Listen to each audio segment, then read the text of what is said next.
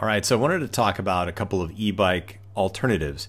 So instead of spending $1,500, $2,000 and up, getting yourself looking the other direction, getting something like this, the Geo Orbital wheel, which is $995. So you're sub 1,000 and still able to convert your bike. And this is a consumer product that's really easy to just swap out. Like they state here, within 60 seconds, you can swap out your wheel and then convert your bike just like that into an e-bike.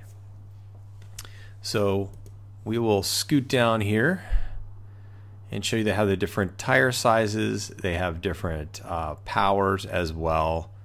500 watt motor, 750 peak. It does a total, in this case, a total of 20 miles. So for $1,000, you're able to quickly convert your bike, make it an e-bike.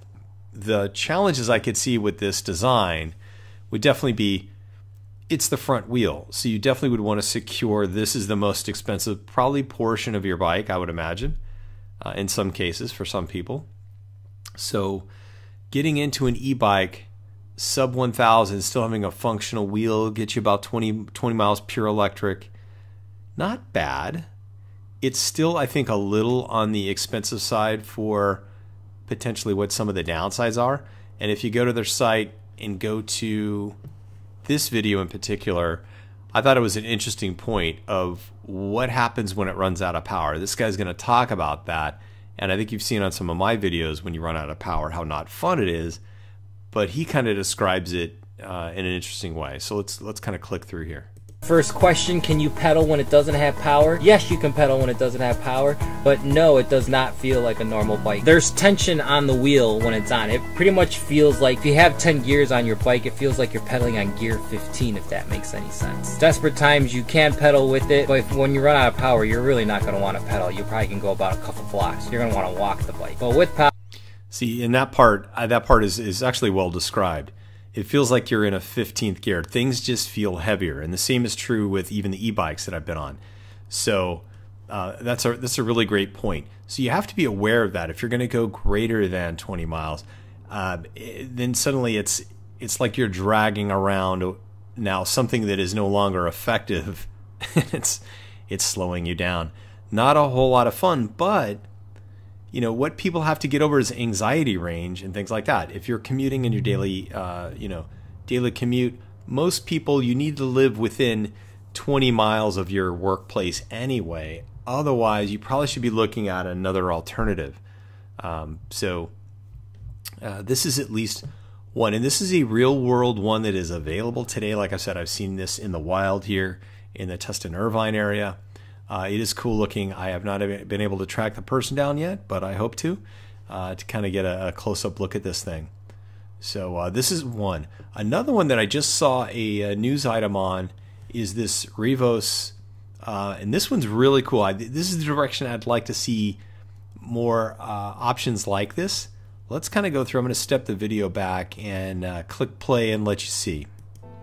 The Revos is a method of converting your conventional bike into electric bike without changing the aesthetics of the bike you like.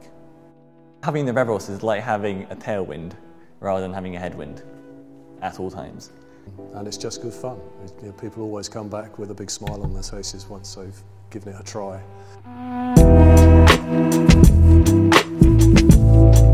And as you can see here, it makes it looks like a standard bike. That's the cool thing I really like about it. By the pedals. There's the battery, there's the motor. There's nothing on the handlebars. Revos takes care of itself and helps you when you need help and switches itself off when you don't need its assistance. If you're going down a hill, for instance, or if you stop pedaling.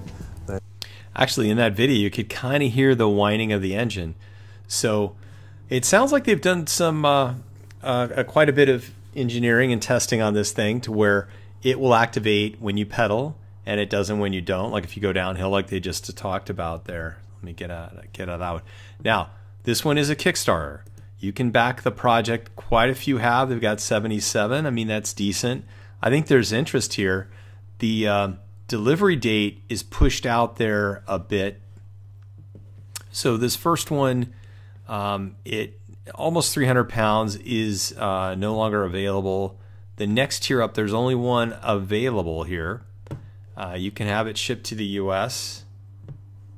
And let's see what else. What is this? They ship to anywhere in the world. It's a 100 watt battery. It has 2 battery alternatives as well. Okay, there, they give me my price. US dollars, I believe. About $437. So, in any event, this part's pretty cool. I do like this. Check this one out as well, Revos. Hopefully they're able to actually get this thing lifted off the ground.